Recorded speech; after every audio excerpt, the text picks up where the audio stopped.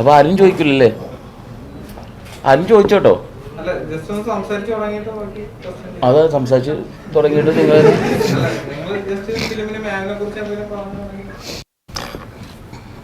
Meow പൂർണ്ണമായും ദുബായിലും Ras al ഖൈമയിലുമായിട്ട് shooting പൂർത്തിയാക്കിയ ഒരു സിനിമയാണ്. ഒരു ദിവസത്തെ ഷൂട്ടിംഗ് മാത്രമേ ഇവിടെ കേരളത്തിലുണ്ടായിരുന്നുള്ളൂ. ഒരുപാട് പ്രത്യേകതകൾ എന്നെ സംബന്ധിച്ചിടത്തോളം ഉള്ളൊരു സിനിമയാണ്. എന്നോടൊപ്പം ആദ്യമായിട്ട് സൗബിൻ അഭിനയിക്കുന്ന സിനിമയാണ്. മമത മോഹൻദാസ് ആദ്യമായിട്ട് എൻ്റെ സിനിമയിൽ അഭിനയിക്കുകയാണ്. ദീർഘകാല സുഹൃത്തായ ഹരിശ്രീ യൂസഫ് ആദ്യമായിട്ട് എൻ്റെ സിനിമയിൽ അഭിനയിക്കുകയാണ്. ആദ്യമായിട്ട് അഭിനയിക്കുന്ന മിന്നു, രണ്ടാമത് അഭിനയിക്കുന്ന ഭഗത് എൻ്റെ സുഹൃത്തിൻ്റെ മകനാണ്. 1983 എന്ന് പറഞ്ഞ സിനിമയിലെ പ്രധാന കഥാപാത്രമായിരുന്നു അവൻ. എബ്രിഡ് ഷൈൻ്റെ മകനാണ്. പിന്നെ തമന്ന എന്ന് പറയുന്ന ഒരു കുട്ടിയുണ്ട്, ഫോറൻസിക്കിലൊക്കെ അഭിനയിച്ച ആളാണ്. പിന്നെ ഒരു പൂച്ചയുണ്ട്. പിന്നെ സലിം കുമാർ, എൻ്റെ ഒരുപാട് സിനിമകളിൽ അഭിനയിച്ചിട്ടുള്ള സലിം കുമാറുണ്ട് ഈ സിനിമയിൽ.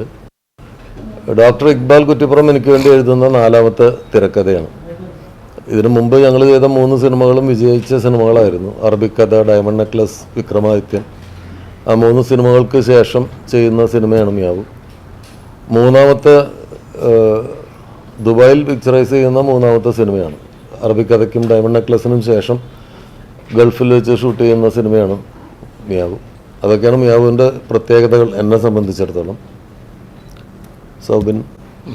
ഇത് തന്നെ നമ്മളെ എന്നെ സംബന്ധിച്ചിടത്തോളം ഭയങ്കര പുറത്തുപോയി ഷൂട്ട് ചെയ്യുന്ന ആദ്യത്തെ ഒരു പടവും, പിന്നെ ഞാൻ ഭയങ്കര ഫാനായിട്ടുള്ള സാറിൻ്റെ കൂടെ വർക്ക് എന്ന് പറയുന്നതും ബൽക്കാട് കൂടെയും, പിന്നെ ഞാൻ ഇന്നവരെ പെർഫോം ചെയ്യാത്ത അല്ലെങ്കിൽ മുഴുനീളം ഇത്ര അധികം സ്ക്രീൻ പ്രസൻസ് വരുന്ന ഒരു ക്യാരക്ടർ ഞാൻ ചെയ്തിട്ടില്ല ഇതുവരെയായിട്ടും. ഇനി അങ്ങോട്ട് എനിക്ക് തോന്നാറില്ല ഇത്ര അധികം സ്ക്രീൻ പ്രസൻസ് ഉണ്ടാവുന്നു. കാരണം അത്രയ്ക്ക് അധികം ഉണ്ട്.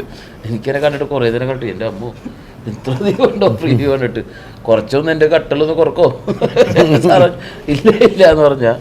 പിന്നെ അവിടെ ഇപ്പോൾ സാധാരണ നമ്മൾ UAE മൂവി എന്ന് പറയുന്ന അല്ലെങ്കിൽ ഈ പ്രവാസി മൂവി എന്ന് പറയുന്ന ആ സിനിമയുടെ ഭയങ്കര പ്രത്യേകതയുള്ള കുറേ അംശങ്ങൾ ഇതിലുണ്ട്. കാരണം സാർ ഇതിനു മുമ്പ് ചെയ്തിരിക്കുന്ന പടങ്ങളിൽ അവിടുത്തെ ബാക്ക്ഗ്രൗണ്ട് അവിടെയും, പക്ഷെ അവിടെയുള്ള ആൾക്കാരെ പല കഥകളും കാര്യങ്ങളും നാട്ടിലത്തെ തന്നെ ആയിരിക്കാം. അവർ പോയി വന്ന അല്ലെങ്കിൽ അങ്ങനെ ഇയർലി പോയി വരുന്ന അങ്ങനെ ആയിരിക്കാം. ഡയമണ്ട് നെക്ലസിലാണെങ്കിലും അവിടെ പോയി ജോലി ചെയ്തിട്ടല്ലേ. ഇതിൽ പൂർണ്ണമായിട്ടും അവിടെ താമസിച്ച് അവിടെ ജീവിക്കുന്ന ഒരു മലയാളി ഫാമിലിയുടെ എന്നുവെച്ചാൽ ഇപ്പോൾ കൂടുതൽ എനിക്കറിയാവുന്ന ഇപ്പം എൻ്റെ ഫാമിലി തന്നെയുള്ള എൻ്റെ അളിയനും അല്ലെങ്കിൽ എൻ്റെ സിസ്റ്ററും എൻ്റെ ഇക്കാക്കയും എല്ലാവരും അവിടെ തന്നെ ഫാമിലി ആയിട്ടാണ് താമസിക്കുന്നത്.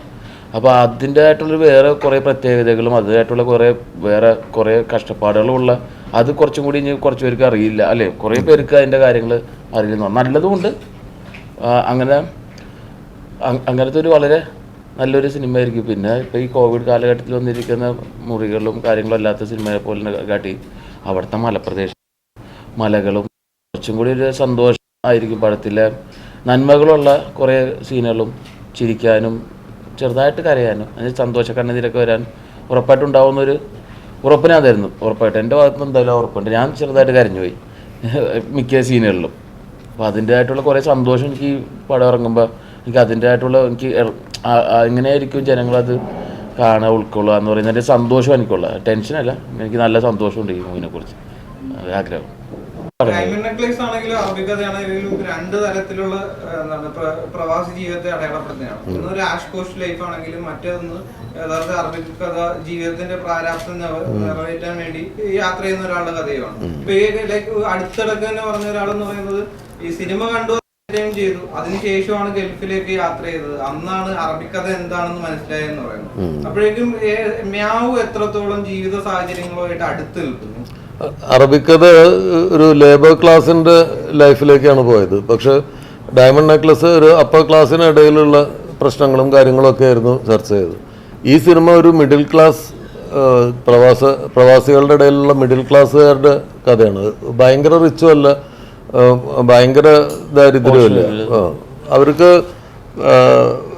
ഒരുമിച്ച് ജീവിക്കണമെന്ന് നിർബന്ധമുള്ള ആളുകൾ. അപ്പോൾ അവിടുന്നുള്ള വരുമാനം കൊണ്ട് അവിടെ ജീവിച്ച് തിരിച്ച് നാട്ടിലേക്ക് വരേണ്ടി വന്നാൽ കയ്യിലൊന്നും ഉണ്ടാവില്ല. അവിടെ ഉള്ള കാലം ഒരുമിച്ച് ജീവിക്കാൻ പറ്റിയെന്നുള്ളതാണ് അവരുടെ സമ്പാദ്യം. അങ്ങനെ ഒരുപാട് ആൾക്കാരുണ്ട്. ഇപ്പോൾ ഞാൻ അത്തരം ഒരുപാട് ആൾക്കാരെ കണ്ടിട്ടുണ്ട്. ഇപ്പോൾ ഒരു ചെറിയ അത്ര വലിയ ജോലിയൊന്നും അല്ലാത്ത ഒരാളെ പരിചയപ്പെട്ടപ്പോൾ അദ്ദേഹം വീട്ടിലേക്ക് ക്ഷണിച്ചു. നമ്മുടെയൊക്കെ വീട്ടിൽ വരുമോയെന്ന് ചോദിച്ചു. ഞാൻ പറഞ്ഞു പിന്നെന്താ, ഞാൻ വരാമെന്ന് പറഞ്ഞു. അങ്ങനെ അവരുടെ വീട്ടിൽ പോകുമ്പോൾ ഒരു വലിയ വില്ലയുടെ മുമ്പിൽ കൊണ്ടുപോയി കാറ് നിർത്തി. അപ്പോൾ ഞാൻ വിചാരിച്ചു ഇത്രയും വലിയ വില്ലയിൽ എങ്ങനെ കേൾക്കാൻ പറ്റും. അപ്പോൾ അവിടെ ചെല്ലുമ്പോൾ ആ ഒരു വില്ലയിൽ 5 ഫാമിലീസ് താമസിക്കുന്നുണ്ട്, ഒരു വില്ല എടുത്തിട്ട്. അപ്പോൾ അവർക്കൊരു വില്ലയുടെ സൗകര്യങ്ങളെല്ലാം കിട്ടുകയും ചെയ്യും. പക്ഷെ അതിൻ്റെ റെൻ്റൊക്കെ അവർക്ക് ഇലക്ട്രിസിറ്റി ഒക്കെ ഷെയർ ചെയ്യാം. അങ്ങനെ ഒരുപാട് ജീവിതങ്ങൾ അവിടെയുണ്ട്. നമ്മളെപ്പോഴും ഗൾഫുകാരെന്ന് പറയുമ്പോൾ അല്ലെങ്കിൽ ദുബായിക്കാരെന്ന് പറയുമ്പോൾ വിചാരിക്കുന്നത് എല്ലാവരും ഭയങ്കര സമ്പാദ്യമുള്ള ആൾക്കാരാണ്, എല്ലാവരും വലിയ പണക്കാരാണ് എന്നിരിക്കും. അങ്ങനെയൊന്നുമല്ല. നമ്മുടെ ഇവിടെ ജീവിക്കുന്നത് പോലെ അതിനേക്കാൾ ബുദ്ധിമുട്ടുള്ള ജീവിതം നയിക്കുന്ന ആൾക്കാർ അവിടെയുണ്ട്. ഇപ്പോൾ ഡോക്ടർ ഇക്ബാൽ ഒരു ഹോമിയോ ഡോക്ടറാണ്. അപ്പോൾ അദ്ദേഹത്തിന് അത്തരം ഒരുപാട് ഈ പേഷ്യൻസിനോട് ഈ ഹോമിയോ ഡോക്ടർമാർ ഒരുപാട് ചോദ്യങ്ങൾ ചോദിക്കും. അവരുടെ ലൈഫ് മുഴുവൻ ചോദിച്ചറിയും, എന്നിട്ടാണ് ട്രീറ്റ്മെൻറ്റ് ഫിക്സ് ചെയ്യുന്നത്. അതുതന്നെ ഓരോ ആളും സഞ്ചരിക്കുന്ന കഥകളുടെ ഒരു ഭണ്ഡാരമാണ്. അത് മുഴുവൻ അവിടെ കൊണ്ടുവന്ന് ഇറക്കും. അങ്ങനെ ഇക്ബാലിന് ഇവരുടെയൊക്കെ ലൈഫ് നന്നായിട്ട് അറിയാവുന്നതുകൊണ്ടാണ് ഈ ഗൾഫ് ജീവിതം ഇത്ര നന്നായിട്ട് അദ്ദേഹത്തിന് എഴുതാൻ പറ്റുന്നത്. ഞാനും ഫ്രീക്വൻ്റായിട്ട് ദുബായിൽ പോകുന്ന ഒരാളാണ്. ഞാൻ അത്തരം പല മേഖല ആളുകളായിട്ട് എനിക്ക് സൗഹൃദമുണ്ട്. അവിടെയുള്ള ലേബർ ക്യാമ്പുകളിൽ എനിക്ക് സുഹൃത്തുക്കളുണ്ട്. പലപ്പോഴും ഞാൻ അവരുടെ കൂടെ ലേബർ ക്യാമ്പുകളിൽ താമസിച്ചിട്ടുണ്ട് മുമ്പൊക്കെ. വളരെ ജീവിതത്തിൽ രക്ഷപ്പെട്ട വൻ സമ്പാദ്യം ഉണ്ടാക്കിയിട്ടുള്ള ആളുകളെയും പരിചയമുണ്ട്, ഇടത്തരക്കാരെയും പരിചയമുണ്ട്. അപ്പം ഏറ്റവും വേഴ്സറ്റൈലായിട്ടുള്ള ജീവിതമുള്ള ആള് ഒരു വലിയ ഗ്രൂപ്പാണ് ഗൾഫിലുള്ള മലയാളികൾ എന്ന് പറയുന്നത്. അപ്പം അവരായിട്ടൊക്കെ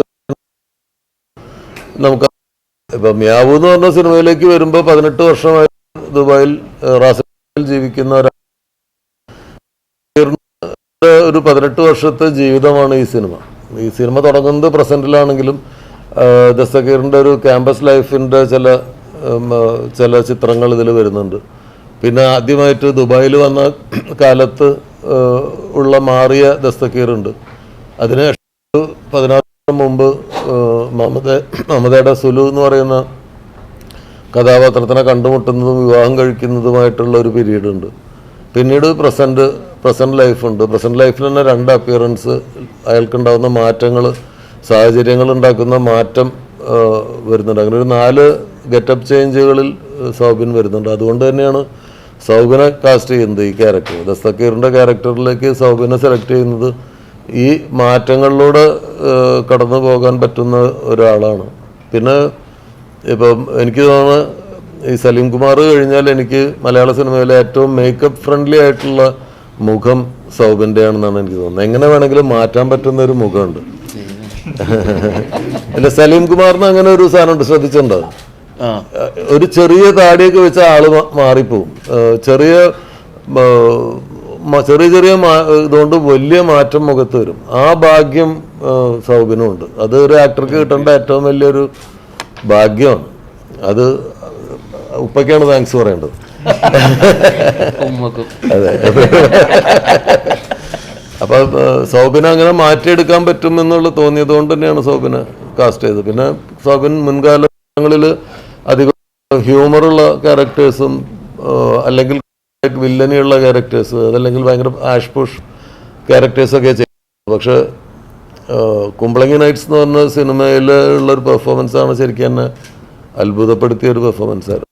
പിന്നെ നവാസുദ്ദീൻ സിദ്ദിഖി എന്നൊക്കെ പറയുന്ന പോലെ മലയാളത്തിൻ്റെ നവാസുദ്ദീൻ സിദ്ദിഖിയാണ്. അല്ല, ആ പെർഫോമൻസ് ഇത് നമ്മൾ പറഞ്ഞ് വെറുതെ എനിക്ക് സന്തോഷം വന്നിട്ട് അല്ല, അത്തരം സാധ്യതയുള്ള ഒരാളാണ്. ഇനി വരും കാലങ്ങളിൽ സൗബിനിൽ നിന്ന് അത്തരം സിനിമകൾ ഉണ്ടാവും തന്നെയാണ് ഞാൻ വിചാരിക്കുന്നത്.